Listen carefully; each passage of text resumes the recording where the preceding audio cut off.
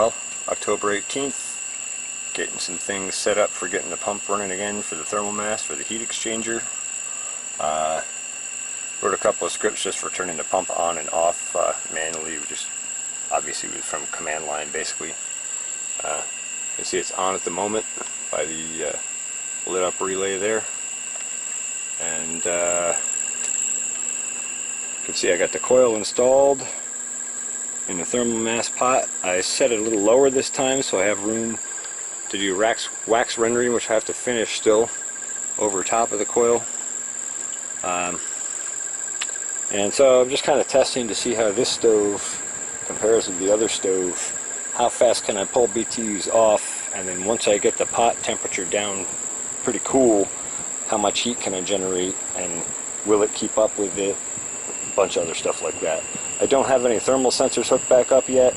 Not quite there on that yet, but so I'll just be kind of monitoring by touching hand temperatures, and that's a pretty good indicator of what's going on. So pump is installed and running at the moment, and we'll go from there. Okay, this is the input and output side of the coil. You can see the cold side of the coil is sweating and the hot side is dry, so that's a good sign. And we're moving good flow. I guess I'll show you a shot of that quick.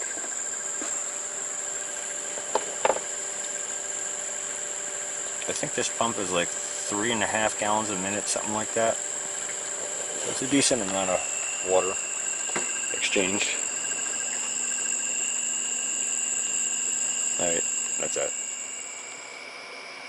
If you look closely at the bottom end of the coil here, you can actually see the cold water as the coil takes heat from this pot into the water inside the coil. You can see the cold water settle back away from the coil. I think you can see that on camera.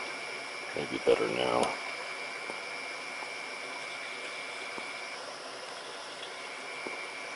Anyway, just thought I would demonstrate that you can see real visual effects of thermocline action due to heat transfer. Alright, finally got around to harvesting sweet potatoes. Let's see, October 21st? No, October 22nd, 2019. This one here is quite the monster. I got them soaking in here at the moment, just to help me getting the mud off them easier. They're soaking for about an hour, and then I'll drain it off, give them a quick rinse and scrub, and then they go into curing.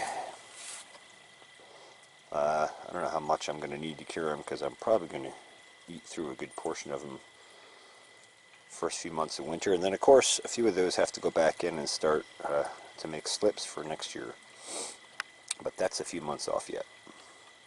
Anyway, just thought I'd show a quick update. Got some pretty nice sized ones in here. I'll get more shots of these, I guess, as I clean them up. But, you know, you can see those are pretty nice. This one, I wish I could have saved it in the form it was, but it didn't come out of the ground that way. It was these two in the U-shape, and there were two more in the U-shape the other way. They were kind of like one of those little puzzles, you know, those little metal puzzles. You got to figure out how to get them apart. That was kind of interesting. Alright, that's it for now. Alright, got them rinsed off. Got them in here on the screen. You can see we got some mold or vole damage here on some of these, and also I suspect skunk and possum, because those little bastards been in everything.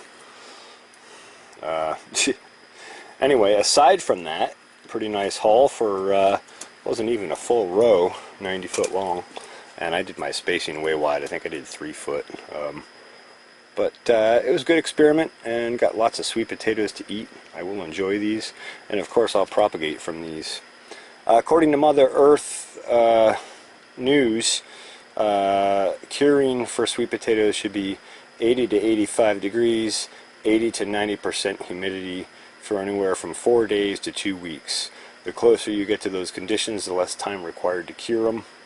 So I rinsed them off before, as I said, and I just got them up on the rack here so they can dry from wet moisture, and then I think I'll put them back in that bin and try and maintain around 80 or 90% humidity. I'll probably keep that up here on the tote where I can more ideally reach that 80 to 85 temperature constant. Anyway, just thought I would do a quick update on these. I'm pretty excited to eat some fresh sweet potato. These are going to be so good.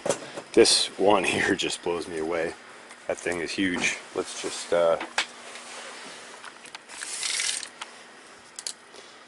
yeah, there you go. It's almost a 12-incher, mate. Actually, if you stretch it out, it'd be more like 18.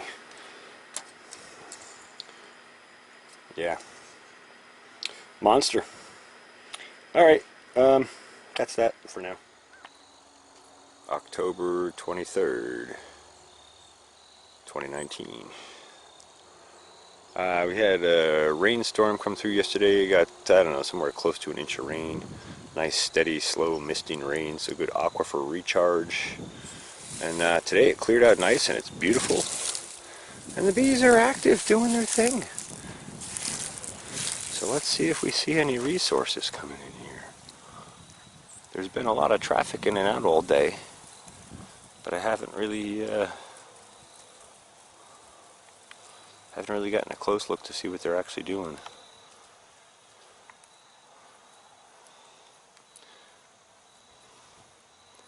I have a feeling they're foraging and not finding a lot, because I know most of our flowers have gone by, although there are a few out.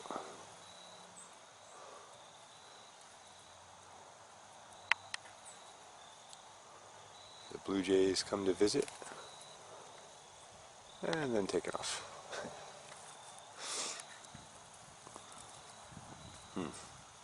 Don't see any pollen coming back in.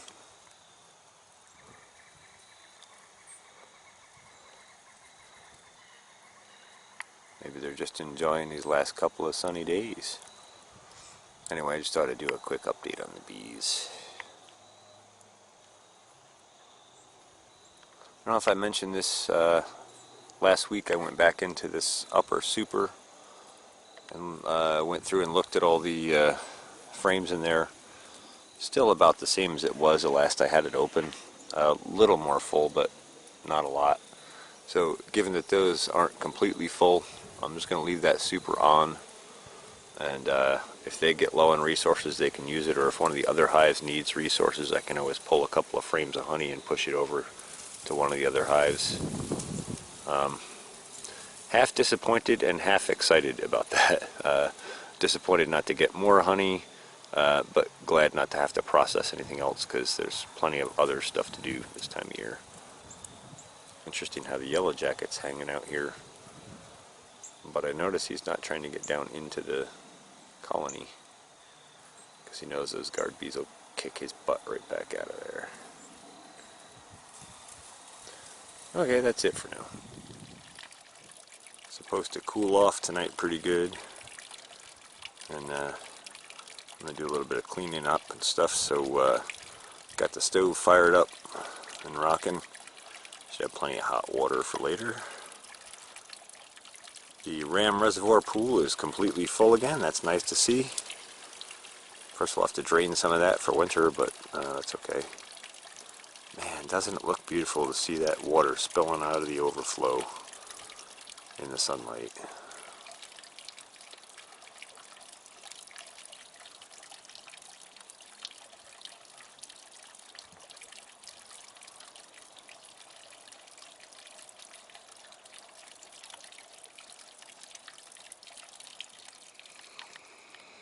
Just getting some firewood up here on the landing. We'll go into more detail on that in a bit. I just happened to catch some honeybees in here, getting some water out of this. And nice, like 65-degree sunny day here in October. You know, the hint of cool in the air, but it was actually relatively nice. The sun was out all day. That was beautiful. Felt great. Still feels great on my skin. But saw these guys getting some water and had to show. Also, I left a few frame pieces out here. You can see we got some salvage bees out here hitting the scrapyard for wax, it looks like, because I think these have been pretty much cleaned out honey wise.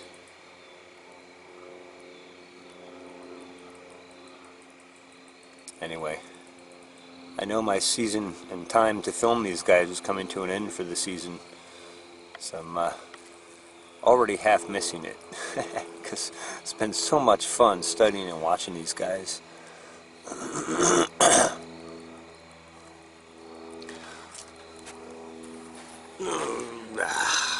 Well, there she goes. Anyway, that's it. Just thought I'd show that.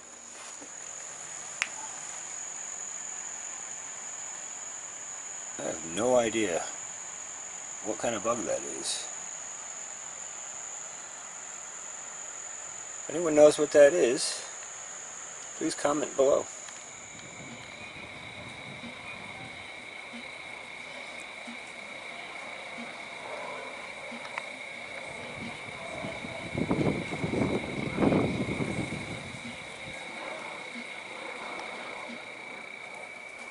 I know the lighting's kind of crappy, but just put the fire bricks in the greenhouse stove.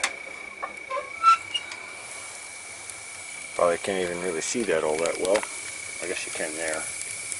Anyway, she's lined, and I got her fired up with some ash, which is still a little green on the bottom, and then there's a half-burned hunk of cherry there on the bottom, and on top there's a standing dead cherry that's mostly dry, but there's definitely some moisture in it still. But oh man, what I'm talking about, listen to this.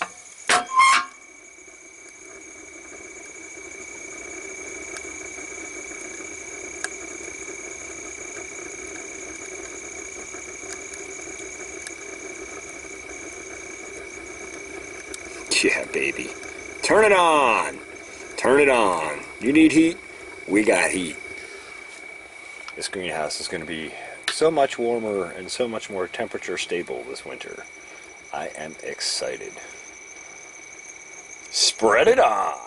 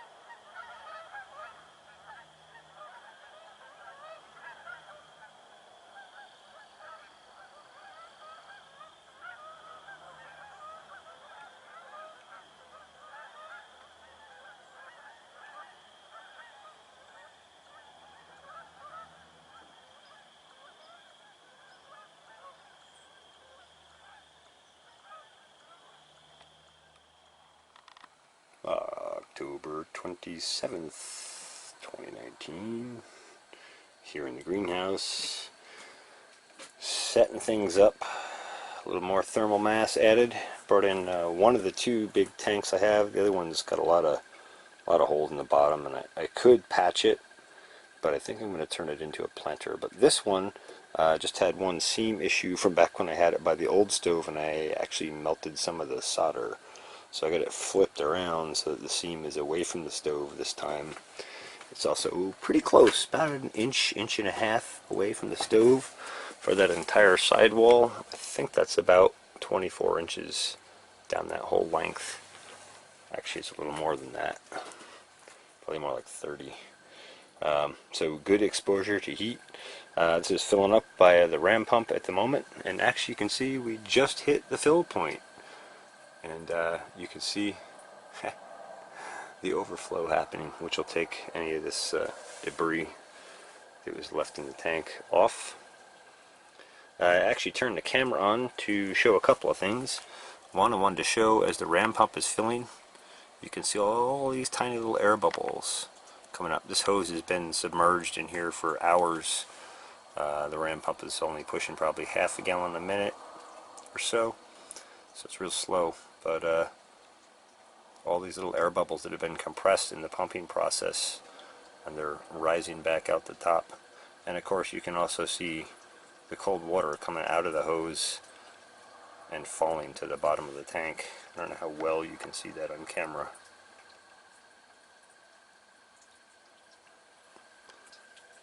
Maybe maybe now you can see it a little better. Anyway, so it's filling, and the other thing I wanted to show is the stove is running, making a reasonable amount of heat.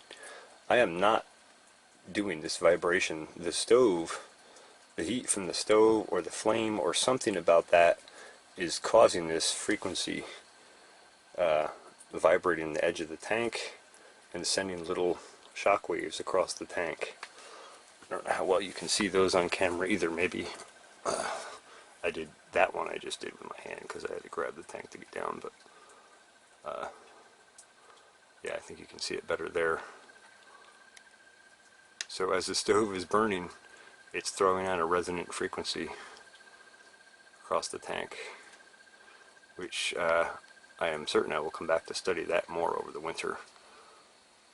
I just thought I would point it out now because I noticed it. And, you know, that's something I like to pay attention to. Everything is tied together by frequency in some form or fashion. Well, that's it for now.